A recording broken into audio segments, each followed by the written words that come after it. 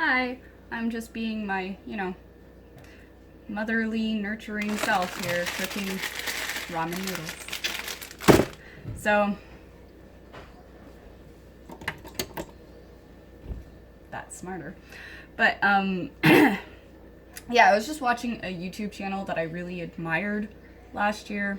It was probably my favorite channel this time last year. I am so tired of hearing the term toxic masculinity. Okay, I can't even express how frustrating it is to hear that at this point. Like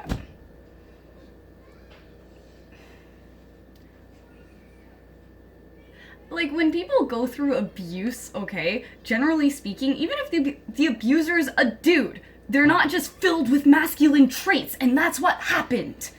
Okay? That's incredibly insulting and minimizing to everyone involved in those situations. And also, toxicity is not the same as abuse. Stop acting like it's horrible. It's just reality. People aren't the best. You want to be the best representation of humanity. You want to be the best of humanity. But the reality is, we all struggle. We all have to strive for that, and we all have to put in the effort to get there. It's like that old article, everyone wants to be a rock star.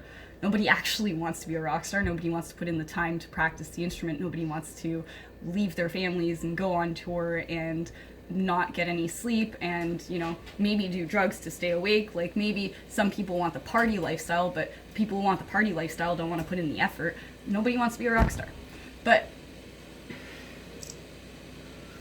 my whole point with this is, when it comes to masculinity,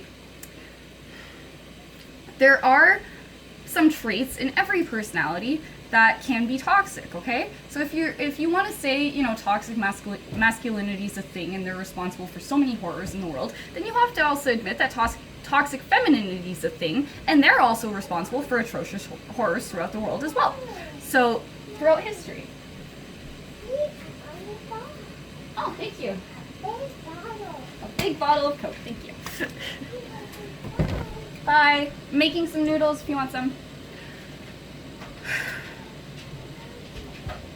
Yeah, that's why I gave you eggs first. So the masculine traits are based off the big 5 personality traits, and then there's extra personality traits. I think there's 12 that determine what tends to be more male traits and what tends to be more female traits. So the big 5 personality traits are openness, extroversion, agreeableness, conscientiousness, and neuroticism.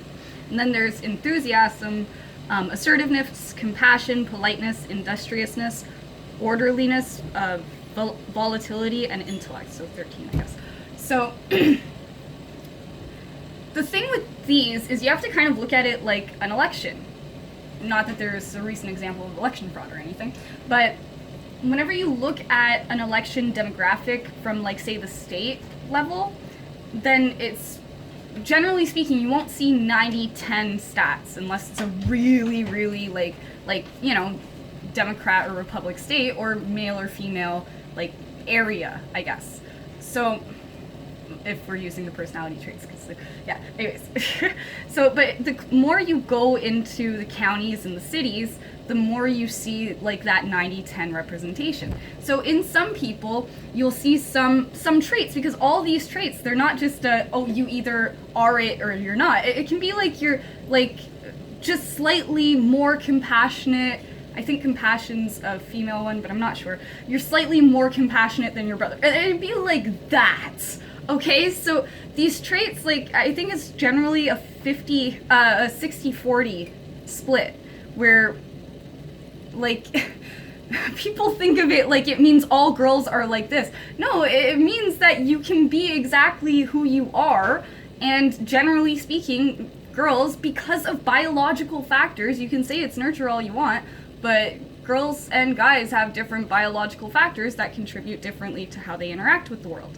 And girls tend to be more open and agreeable, and guys tend to be more industrious and orderly and straightforward. And to me, that comes back to, I'm I really like sacred geometry, okay? So I'm not getting into all of it because that really involves my spiritual beliefs and I don't agree with everything, like from everything that I've heard, okay? And I'm thinking specifically this video that I'm thinking about, which is a video that I saw a couple years ago that talks about sacred geometry and it explains masculine, feminine energy. And I like that. I like that concept of masculine, feminine energy because it also links together some things that I really wasn't able to link together without it, which are things like the Bible and theology with things like spirituality and not having a deity. Okay? So, one sec.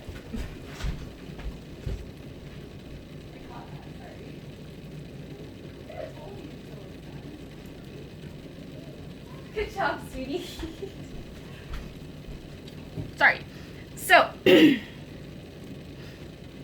yeah, so masculine, feminine energy kind of makes sense. Like masculine energy, you have to think of it like direct. Like if there's a point A to point B, you draw a straight line to it, that's masculine energy. Whereas female energy, you have point A, point B, and you have like kind of a curve. Or it can be a circle, or whatever it is, it's curved, okay? And you can think of it as like how guys tell stories versus how girls do. And it's not guys and girls, it's just masculine, feminine energy. So it's really hard, like you have to kind of put yourself in like a kind of metaphorical reality, I guess, where this makes sense. But yeah, like girls will take tangents and guys will go direct, like tell you how it is while girls go like that, or female energy and male energy. So the way that that links back to God for me and theology, and because I like the concept of Mother Earth. Like I don't really believe in a deity, I just think that creation is whatever created the universe, and that's what I look at as like the ultimate power is still what created the universe. So to me that's physics, but not like it's godly, and but it could be, I don't know.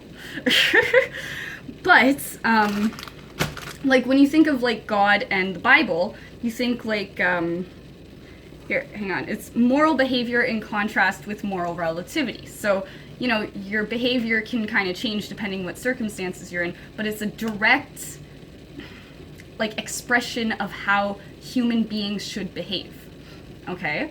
And that's actually, like, whenever you look at it like that, if you want, like, more details into why it says some stupid things, but it still makes sense, look into Jordan Peterson. But it kind of makes sense for that.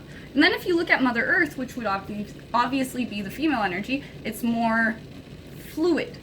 And whenever you think of it in terms of like God as man and Mother Earth as, you know, Mother Earth, then it kind of makes sense where it's like it's more of a broader understanding of like nature and like the big picture and man's place in everything, which makes sense in terms of female energy as well, because like guys, like if you think of it like just stereotypical archetypes, whatever, okay, guys protect your family, right? And girls build your family. So you take care of the house, you like, you know, breed kids and whatever, while guys like go out and like protect you and get things and stuff, right?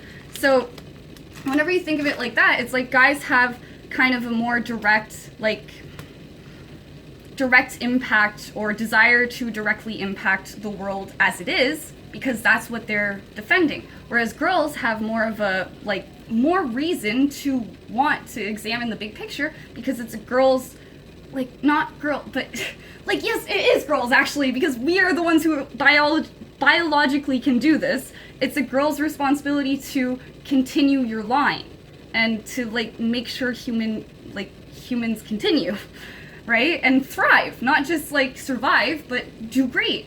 And that's the girl's role. So that's the big picture, Mother Earth. And then the guy's role is the direct survive and, you know, get through this and like make sure we make it to that point where that's important. So that's the direct God is man or man is God kind of approach.